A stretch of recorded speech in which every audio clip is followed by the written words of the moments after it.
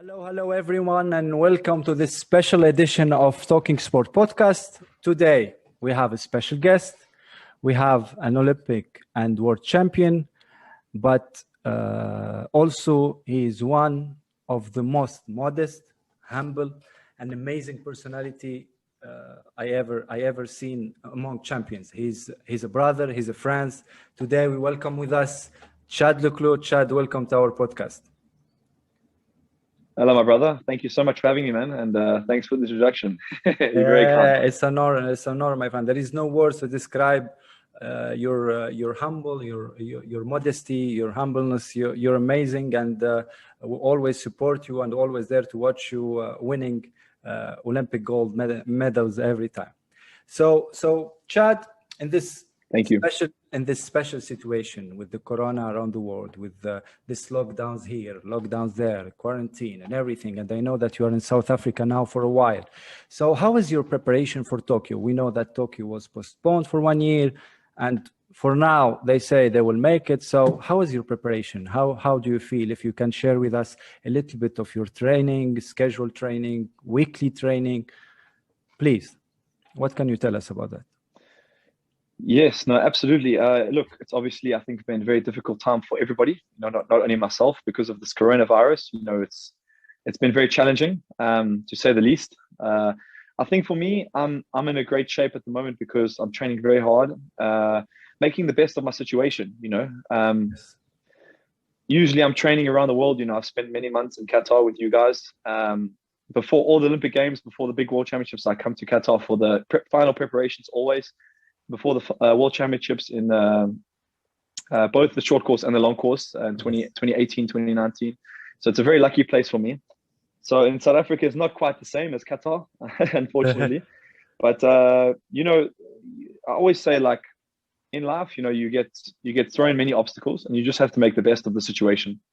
So for me, I've flown one of the top young person in South Africa, Ethan Dupree from Cape Town. It's like a 2-hour flight from my hometown in Durban, and he's living with me now. Yes. He's swimming 200 butterfly. He's 17, you know, swims 156, and I have got another guy, Ethan Sweeney, that's sites from around the country, and we make like a training camp in my hometown in Durban.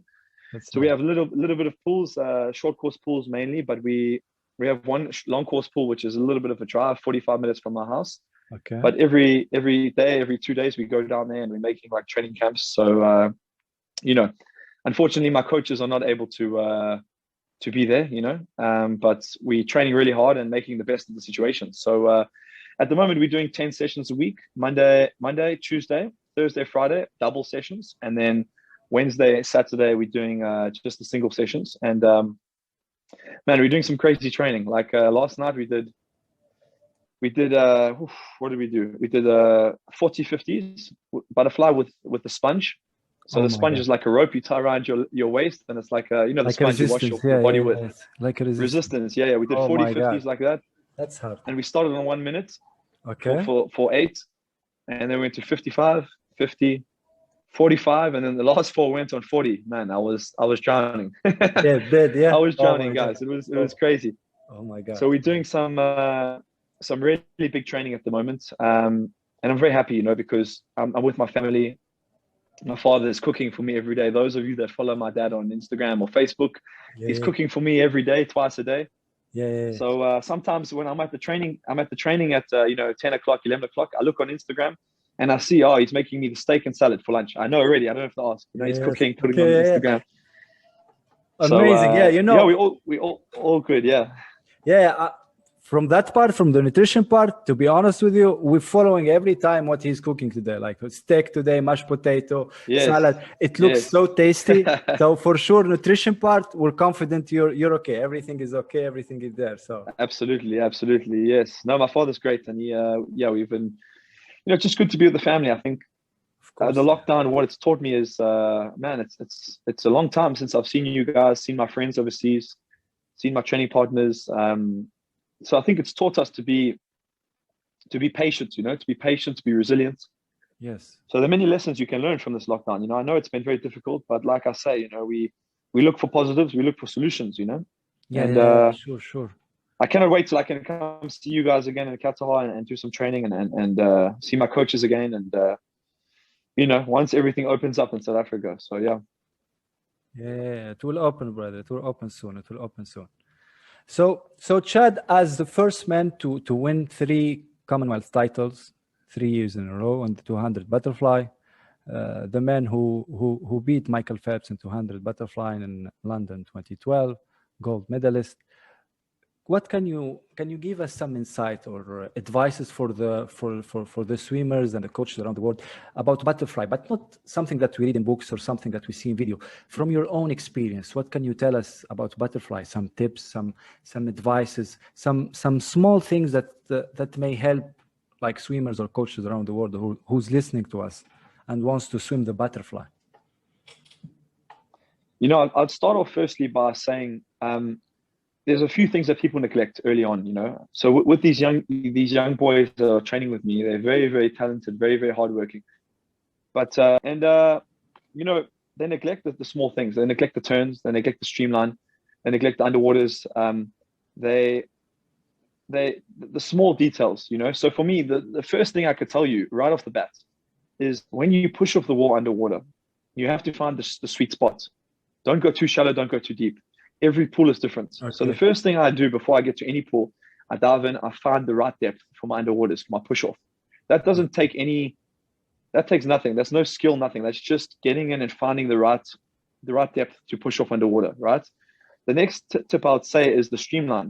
When you push off the wall, I was very young. I think I must have been 13 or 14, and Ed Moses, he was a 200 breaststroke, short course, world record holder at the time from America. I was a basket boy on the World Cups, actually. We had the World Cup. It was 2007, I think, in South Africa. The World Cups in Qatar and South Africa. I asked him afterwards, I said, how do you do so well 200 breaststroke? Because I was a breaststroke swimmer. And he said, you hold your streamline kick for half a second more on every underwater, and you gain half a meter every time.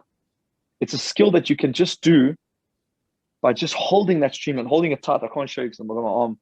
Yeah, but you just got to hold your streamline. When you come off the wall, you turn, right? And you hold your streamline for half a second before you start your pull-outs, before you start your underwater kick. And I promise you, I took that forward and I've made it into my own now, because when I push up underwater, I glide till the flags before I start kicking. So we've been practicing a lot with the youngsters. So off the bat, that's not necessarily a butterfly tip. That's just a tip for all swimmers. I think for butterfly specifically, you have to work on, you have to understand that there's levels, You start off as a youngster. I only started doing butterfly when I was 15 years old, 16 years old. I was a breaststroke swimmer my whole life, and it's never too late to start swimming any stroke. So I think that's very important. So for the youngsters that are listening, the young kids, you're not going to be an Olympic champion butterfly swimmer at 10 years old. You cannot make the world champion at 10, 9, 10 years old. You have to enjoy yourself, enjoy the process, enjoy being with your friends, enjoy your coaches, enjoy training. You have so many amazing opportunities with swimming, with friendships, different people that are swimming with you, so just enjoy it, race, train hard, but don't be obsessed too much, at 10 years old. You have to just enjoy the process. And I think, when you get to high school in South Africa or wherever, I can speak on my own experiences. When you're 13, 14, 15 years old, that's when you can push to another level, start doing double training, kind of just, look at opportunities and pace yourself off other people. So when I was a kid, I had, Wesley Gilchrist, Rowan Jacobs, all these guys, Charles Kraus, they were ahead of me, and I would pace myself off them. So every week I would try and be half a meter quicker behind them, so you pace yourself off people. You understand what I'm saying? It's not necessarily time. You see it, you see where you are. I started off 50 meters behind the guy that swam butterfly in my squad when I was 15 years old. Eventually, 3 years later, I was beating them. And then I became Commonwealth champion. I became world champion, and then Olympic champion. But it's a process. It's a process. It's a process. And absolutely, it's a process. And I just sometimes, I see these kids around the world, in South Africa especially. Yeah. Man, they want to swim 6-7 Ks training at 10 years old. Oh my God. And you know what I say to them? You know what I say to these kids, their parents? I say, you know what? Let's use a sport let's use football. Okay. Who's the best footballer in the world? Messi, Ronaldo. Okay. Lewandowski, whoever you want to use.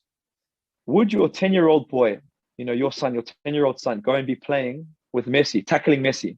Would he be doing that? No, he wouldn't. So why would he be swimming the same that Chad Leclerc, Caleb Dressel, Adam Peaty, Tom Shields, all these guys? Why would he be training the same way?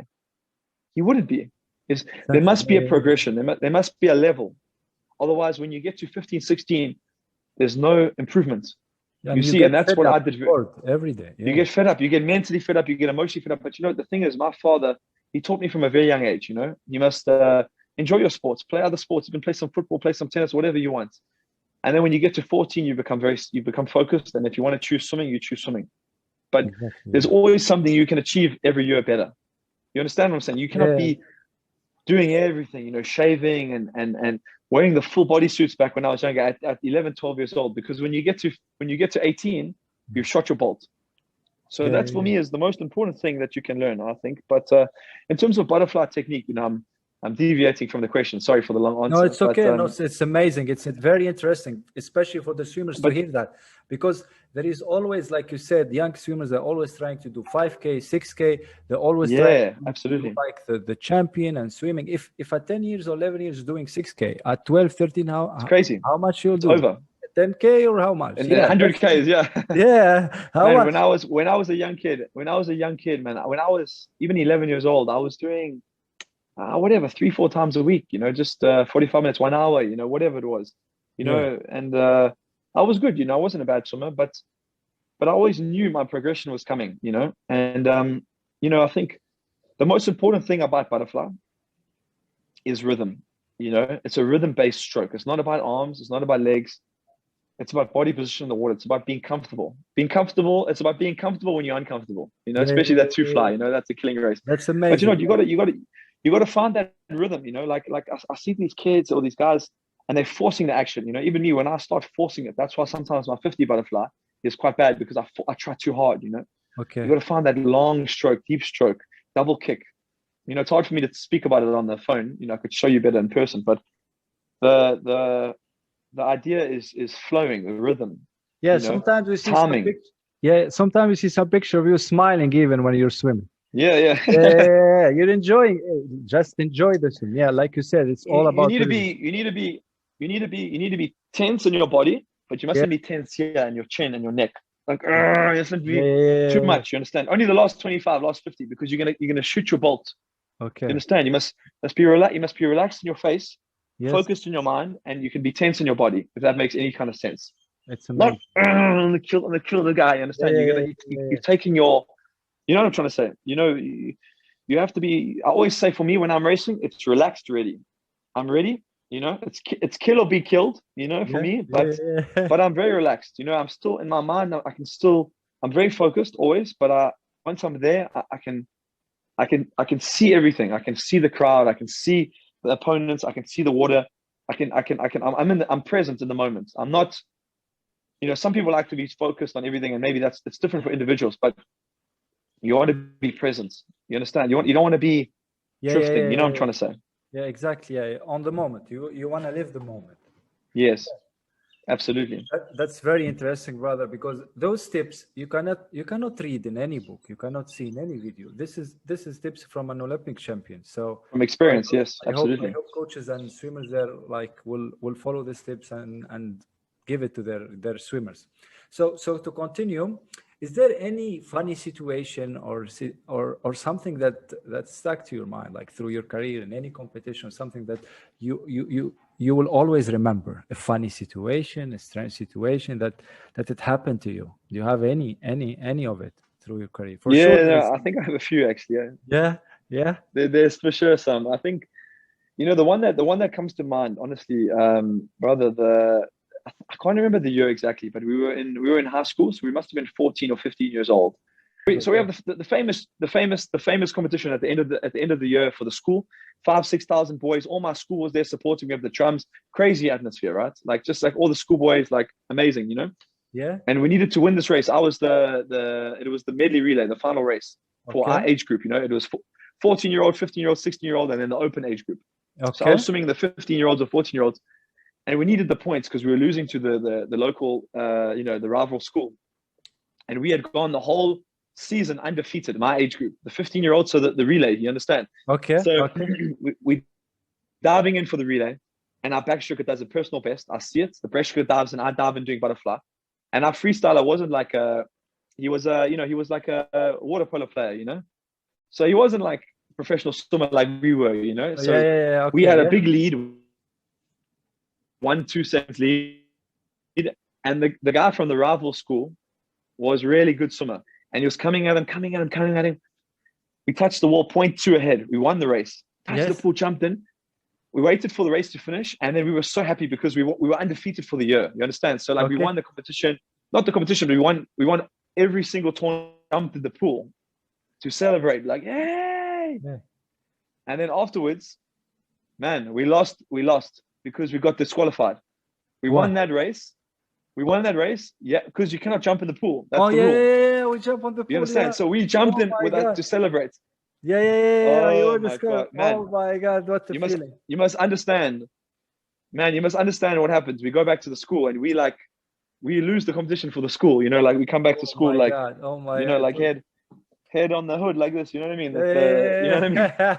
Yeah. Man, it was the most terrible thing, and I think it was my fault because I was excited, so I jumped in. We jumped, and then they followed me. You know, like oh my God. I think I was 14 or 15 years old, man. Oh my God. Anyway, we lost it.